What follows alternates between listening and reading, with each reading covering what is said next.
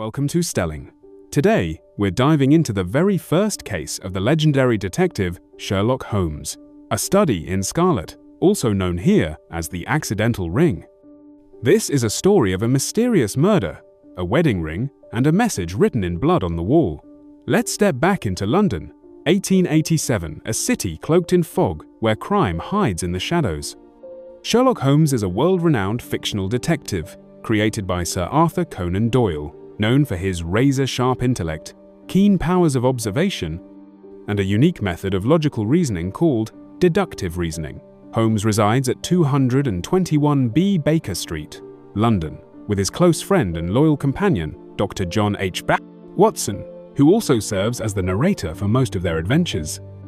The first work introducing Sherlock Holmes and Watson was the novel A Study in Scarlet, published in 1887, which marked the beginning of one of the most famous detective series in literature. In the story, Holmes and Watson investigate a strange murder in London that ultimately uncovers a deep tale of revenge originating from far-off America. The title, A Study in Scarlet, refers to the scarlet thread of crime that Holmes must unravel in the dull grey fabric of everyday life. The story is set in Victorian London, a city both grand and grim, where the prosperity of the British Empire coexists with the dark corners of urban instability. Cold streets wrapped in thick fog and industrial smoke, flickering gas lamps, and a pervasive sense of mystery paint a haunting atmosphere. Crime spreads from the slums to seemingly safe neighborhoods, reflecting the chaos of city life. In this world, Holmes shines as a beacon of truth, guiding readers through the city's deepest secrets and hidden dangers. The case begins with a chilling discovery. A man is found dead in an abandoned house in London. His body bears no wounds, yet his wide-open eyes and distorted face reveal the terror he experienced before death. On the wall behind him, the word Rache, German for revenge, is scrawled in blood, although the victim's body has no blood. While the police are baffled, Sherlock Holmes quickly spots a crucial overlooked detail: a small gold wedding ring, possibly the key to unraveling the mystery. These three elements, the strange corpse, the bloody writing, and the ring set, the stage for a brilliant and unexpected investigation. The story begins with Dr. John Watson, a former army doctor recently returned to London after being wounded in the Afghan War. After months in the hospital and recovery, he finds himself living on a modest pension, searching for affordable housing. Through a mutual acquaintance, he is introduced to Sherlock Holmes, a private detective known for his remarkable intelligence and powers of deduction. Their first meeting takes place at 221B Baker Street, a modest but tidy flat in the heart of bustling London. From the moment Holmes sees Watson, he observes his walking stick and sun-tanned skin and instantly deduces Watson's military past and painful experiences, leaving Watson stunned and intrigued. Though eccentric and somewhat aloof from ordinary society, Holmes is wholly dedicated to the art of detection, caring little for daily routines or social conventions. Rather than being put off, Watson grows curious about this enigmatic man. Just days later, Holmes receives a letter from Scotland Yard, an invitation to investigate a mysterious and complex murder, marking the beginning of their thrilling partnership. Holmes and Watson arrive at the crime scene on a cold, gloomy morning, as London still lies under a thick fog. The abandoned house on Brixton Road appears bleak and eerie, with mouldy walls, a crumbling ceiling, and a dusty floor. Dim light filters through a shattered window, barely illuminating the haunting scene inside. On the rotting wooden floor lies the corpse of Enoch Drebber, an American citizen, staring wide-eyed as if frozen in terror. Strangely, there are no visible injuries or signs of struggle.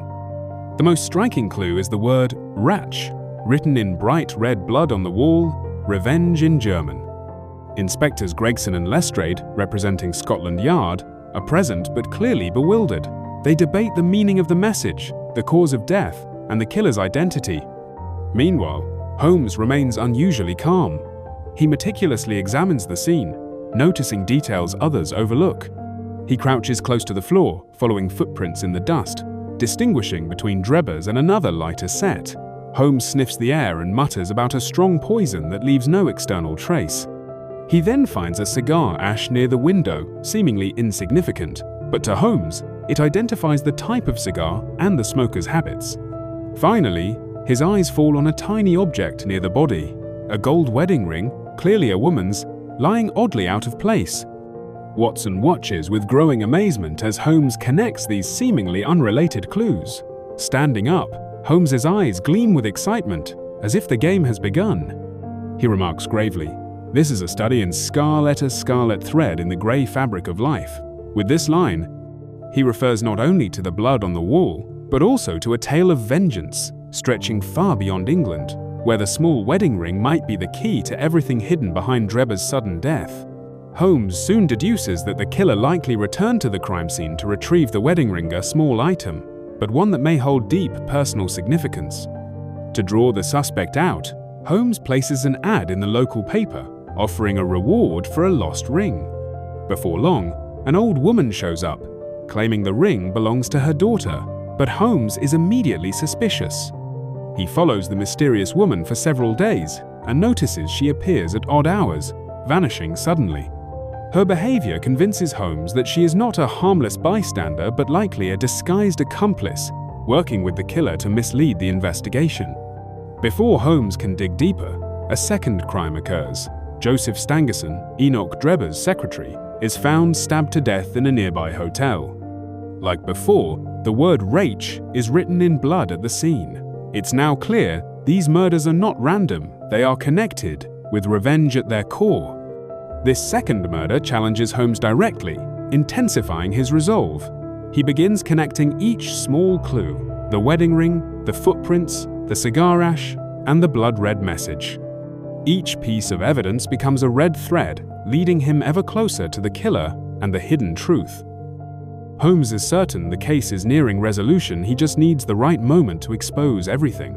Holmes doesn't rely on his brilliance alone, he also enlists his special army of clever street kids known as the Baker Street Irregulars.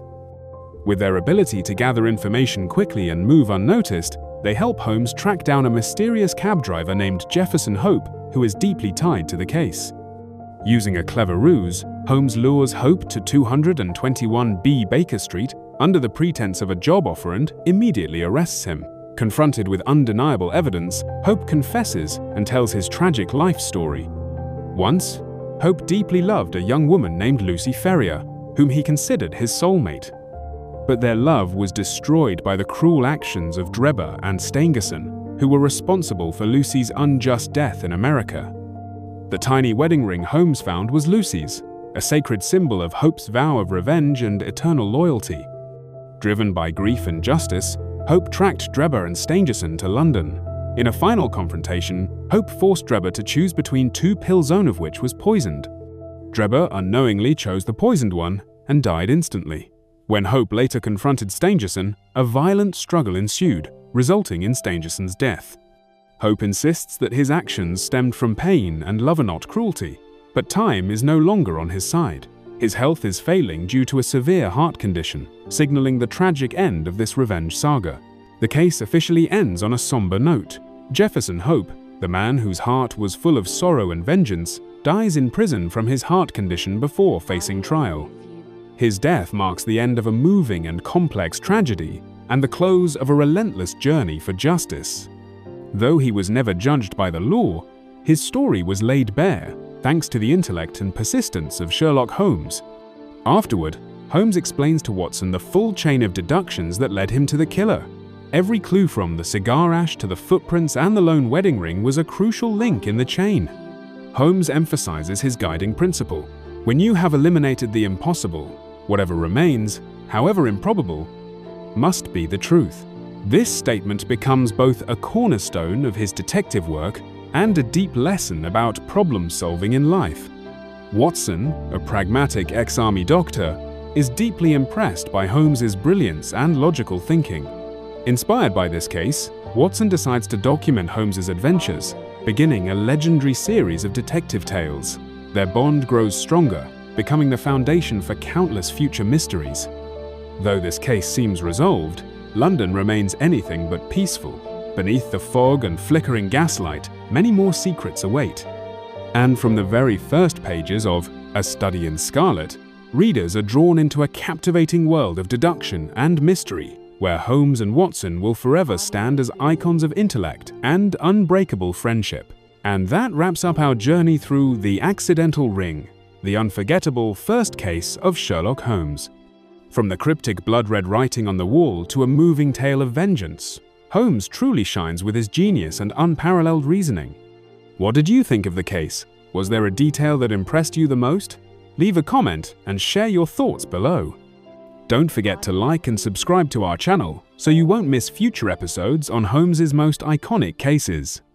And here's a fun fact. When A Study in Scarlet was first published, it didn't gain much attention, but over time, Sherlock Holmes became a legendary figure in detective fiction. See you next time for more thrilling and mysterious adventures.